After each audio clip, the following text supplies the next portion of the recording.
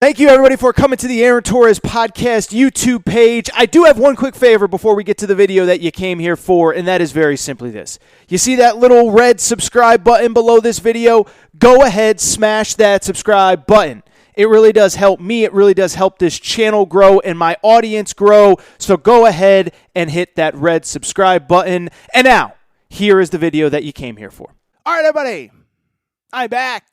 Gonna be back. And I guess to a degree, want to switch gears, but I want to stay in the football space, right? Because it's crazy.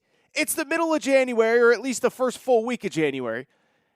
And you think, okay, we got one college football playoff game left. What else could we talk about besides Georgia, Alabama when it comes to college football? Then Caleb Williams enters the transfer portal on Monday. And then Tuesday, you all saw the report. You know what I'm talking about. That's right. Our favorite Michigan man. Our favorite guy who wears khakis and tinted glasses. The man who just led his alma mater back to the college, well, not back to the college football playoff for the first time in school history, competed at the highest level for a national championship since 1997. Our old buddy Jim Harbaugh. Did you see the report from The Athletic on Tuesday that there is mutual interest between Jim Harbaugh and a return to the NFL? That's right, the man that is basically John Calipari of football, the man that is always linked to the NFL, has once again been linked to the NFL by a credible report from The Athletic. And so I want to dive into it, and I want to look at this from all angles. But what I would tell you is this. What I would tell you is that you guys and girls know I love to come on this show and give big, bold, declarative statements. This is going to happen. That's going to happen. This is going on for this exact reason. But in this Jim Harbaugh report, what I can tell you is this. I can actually see both sides to what this report might be about. I think there's a lot of people that automatically see a report like this and assume, well, Harbaugh wants a contract extension. He wants a raise. And that's why this report has come out. And I can see that side. And I think there's others that say, maybe it is time for him to go back to the NFL, and I can see that side as well. And so I want to break it down from all angles, but let me tell you, this is one, sometimes I can sniff it out. You see, that's me sniffing right there. There's times I can sniff it out. There's times I can say right away, this is going to happen. Quinn Ewers is going to, but this is one, I can see both sides to it. And so let's get into it. Let's break it down because the report comes out Tuesday afternoon, and I think the immediate reaction, the first reaction, and this is a little backstory to get to the real story itself, is, well, I mean, obviously Harbaugh is just looking for a pay raise. I mean, we all know the story. We all know Jim Harbaugh took a massive pay decrease this year. And obviously this report is out because he all wants it, but that he wants it all back. And normally when a report like this comes out, I tend to believe that side of the story because we all know who is leaking these kinds of stories in situations like this. It's almost always agents on behalf of their client who is the head coach, whether it's college football, NFL, college basketball, whatever it is. It's almost always the agent looking to get more money. Here's the problem with that narrative with this Jim Harbaugh situation. Jim Harbaugh doesn't have an agent. And that's what makes this especially interesting to me. And I know Jim Harbaugh doesn't have an agent because this same exact thing happened about 2-3 years ago, maybe even last year. I can't even remember. But there was a story that came out early in the season. It was during the season. Well, Harbaugh is pursuing NFL options per his representatives. And Harbaugh, it was in the middle of a big recruiting cycle. It was in the middle of the season. Harbaugh had to put out a statement that said, I don't have representatives. I negotiate all of my own contracts to a degree, and I'm sure he has a lawyer look things over and stuff like that, but he doesn't have an agent that's going to the table, going to the bat for him, holding the AD for every nickel and penny he can. That's part of the reason why, by the way, that contract renegotiation last offseason went so smoothly, happened so easily. It's because he didn't have a million agents in his corner trying to pinch pennies here, there, the other thing. He just said, look, I stunk. Let's get this fixed, whatever. So when I see a report like this, knowing that Jim Harbaugh doesn't have an agent, I know that unless the report isn't true, and Bruce Feldman is a great reporter, so I absolutely believe that it's true, these reports are coming from somewhere close from either Jim Harbaugh himself or someone very, very, very close to him, which makes it very appealing to me. Now, in terms of both sides, let's break them down because I do think it could be either side at this point. And so when I look at this, let's start with the idea, the possibility, and I do think it's a possibility, by the way. And I think this was most people's reaction. The reaction was that, well, I mean, he's coming off a college football playoff. He wants a massive extension. He wants a big pay rate, and I can totally buy that. If that is the reason this report came out, I 100% buy that, and if it means Jim Harbaugh is the head coach of Michigan next year, I could absolutely buy that as well. And it's with good reason, right? Because like I just said a minute ago, we all know the narrative from last offseason. I've talked about it on this podcast, frankly, since last January, last February, when the whole process happened. When Jim Harbaugh, coming off a 2-4 season, we didn't know if he was going to get fired. We didn't know if he was going to leave for the NFL. We didn't know what he was going to do. But we knew that it couldn't go on like that because Jim Harbaugh was like an $8.5 million a year coach at the time. He was the second, third, fourth highest paid coach in college football. He was getting paid Nick Saban and Dabo Swinney money for definitively not Nick Saban and Dabo Swinney results. And so something had to change. And so I could see the scenario where a year after he took a massive pay cut, he's leaking this report to just say, look, I was a good soldier. I did what I needed to do. I did what I had to do for the good of this school as a whole. Well, guess what? Now it's your turn to pay. Now, as the old saying goes, the rabbit got the gun. And what the rabbit got the gun basically means is, if you're hunting to shoot rabbits. Well, what happens when the rabbit gets the gun and he's pointing the gun back at you? Well, that's Jim Harbaugh right now because he's saying, look, I did everything you asked of me. I took that massive pay cut. Well, now guess what? Now I got you over a barrel, and it's time for you to pay me.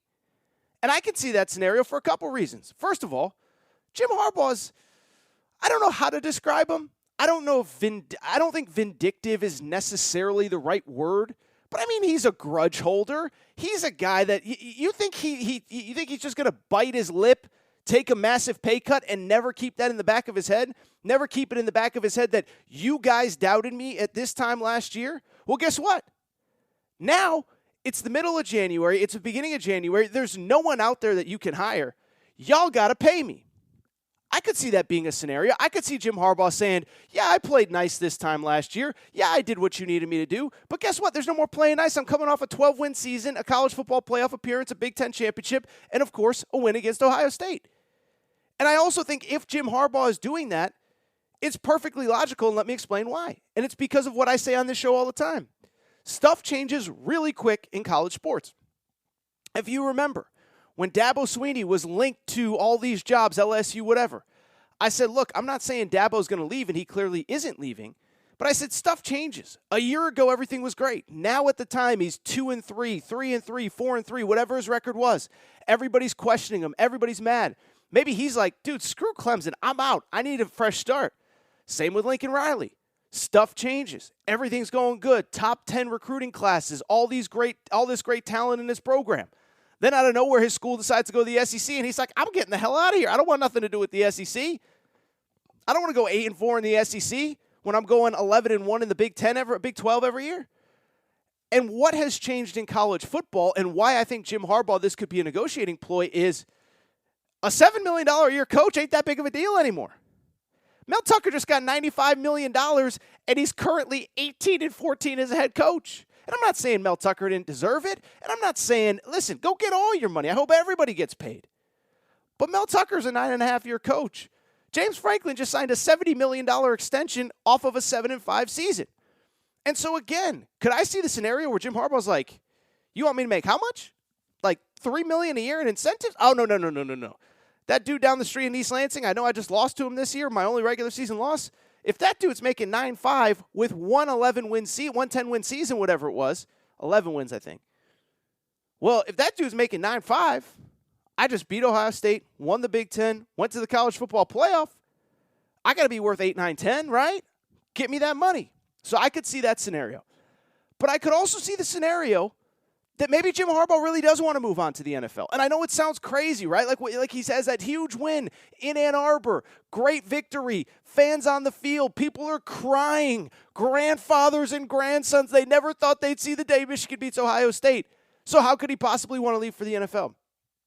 Well, I think that last part is the important part. First of all, it's worth noting, like the jobs that he's linked to do make sense Because if you go back and look, these are two jobs that he's been basically linked to forever. There's really 3 NFL jobs that Jim Harbaugh has been linked to every time he's linked to the NFL. One is the Miami Dolphins, because their owner, Stephen Ross, is a Michigan alum. So he's been linked to the Miami Dolphins for 100 years. Heck, when he left San Francisco, he was linked to the Miami Dolphins. And I think the Michigan boosters threw a fit and were like, dude, you're a Michigan alum and you're going to hire him for the Dolphins, get him to Michigan. But then 2, on top of the Dolphins, there's been 2 other jobs that he's been linked to. Obviously, the Dolphins aren't going to open up, right? Brian Flores is awesome. Tua, they won 1 million games. I know they're not going to make the playoffs, but whatever. But in addition to the situation with the Miami Dolphins, there are 2 other jobs that he is regularly linked to. One is the Chicago Bears, and the other is the Raiders, who are now in Las Vegas. The Chicago Bears, the tie is obvious. He played in Chicago, played under Mike Ditka, still has ties in the organization. It's not very far from where he lives now. And then the Raiders are the Raiders. They've always had, I don't know what the exact relationship is with Jim Harbaugh, but he's always been kind of linked there. He's kind of a renegade himself. It's a renegade organization. He was in the Bay Area forever with Stanford and San Francisco, the 49ers. And so I bring it up because part of the reason that this NFL stuff makes sense is because of the fact that the jobs that are available make sense for him. I don't know that Jim Harbaugh makes sense if the Seattle Seahawks open up and they're rebuilding because they trade Russell Wilson. I don't know if he makes sense for, the Carolina Panthers, and I'm not saying the Carolina Panthers are going to open, or the Houston Texans, or the Los Angeles Chargers, but he makes sense for the Bears. And he makes sense for the Raiders, and we know the Raiders almost certainly are going to be open because they have an interim head coach, and we know the Bears are going to be open because there ain't no way you're bringing back Matt Nagy, and there's a possibility that Ryan Day could be in the mix there. So 1, the jobs actually make sense for Harbaugh, and then 2, I do think that it's at least possible that Harbaugh could be thinking about the 30,000-foot view of a couple things. 1, I'm 58 years old, and if I ever want to get back to the NFL, now's the time to do it. 2, my stock for the NFL will never be higher. If I come back to college and I go even 8-4 next year, but I don't beat Ohio State, I get run out of the building by 30 in Columbus, I'm not as valuable to the NFL anymore, and I always kind of visualize myself ending my career in the NFL. That's a possibility. What I also think is absolutely a possibility, and Michigan fans aren't going to want to hear this, is Harbaugh looking in the mirror saying, this is as good as it gets at Michigan. This is as good as it gets at Michigan because we know why ultimately Jim Harbaugh was brought back to Michigan. I mean, it's no secret, right? He was brought back to Michigan to win the Big Ten, to compete for national championships, and to beat Ohio State. And it took him till year 7, but what happened this year? Won the Big Ten, competed for a national championship, and beat Ohio State. And so I do think there's a possibility Jim Harbaugh could be looking around sitting here saying, like, look, dude, 1, I did what I did what I came here to accomplish. Those 3 things: win the Big Ten, compete for a national championship, beat Ohio State. I did it. It's done. And if I had left before this, I would have left a wildly unfulfilling legacy in which I didn't accomplish anything, in which I won 1 million games against Maryland and Northwestern and Rutgers, and none of them mattered. And none of them mattered, and none of it was worth anything. But now I did what I came to do. I beat Ohio State. I beat, I made the college football playoff. I promised you I'd get us there, and I did. And then I think beyond that, there's the other part of this as well, which is pretty straightforward. Again, is this as good as it gets? I accomplished what I came to accomplish, and if I don't accomplish it again going forward, then it's back to me being the putz and the khakis. Nobody likes me. I'm no good. I need to get out of here. Because let's be honest. Like you think about what happened with Michigan and Ohio State, and I thought the Michigan story was incredible. I'm happy for Harbaugh. I'm happy for Michigan. I'm happy for their fans. But let's also call a spade here, right? Just about everything had to break right to get over the hump this year. Right group of players. Harbaugh talked about how much all these guys love football. They love being in the building. He loved being around them. New staff, young, energetic staff. Everybody's happy to be there. A bunch of Michigan alums. All of them are young guys. A lot of them first major coaching opportunity. And oh, by the way, you just so happen to get Ohio State at home in a year where their defense can't stop anybody. And you play Harbaugh ball and you run the ball right at them. Well, you don't think Ohio State's going to regroup? You don't think some of those assistant coaches are going to be looking for bigger jobs this offseason? You don't think those assistant coaches are going to be looking for raises and maybe not happy to just be there next year or the year after? You think Ohio State, I know I just said it, you don't think they're going to fix that defense and you don't think they're going to be just much more formidable next year? And so I just bring it up to very simply say that I could see that scenario too. I could see the scenario I talked about 5, 6, 7 minutes ago in which Jim Harbaugh really is just using this as a negotiating ploy, saying Mel Tucker's making $9.5 a year and you want me to work for $3 in incentives? But I could also see the scenario where he's sitting there saying, man, everything broke right this year. Everything worked out for me. We beat Ohio State. But if I come back next year, and even if we go 9-3 but lose to Ohio State, then it's back again, and I'm just a failure, and I'm just Harbaugh, and you guys hate me again. And I could see that scenario as well.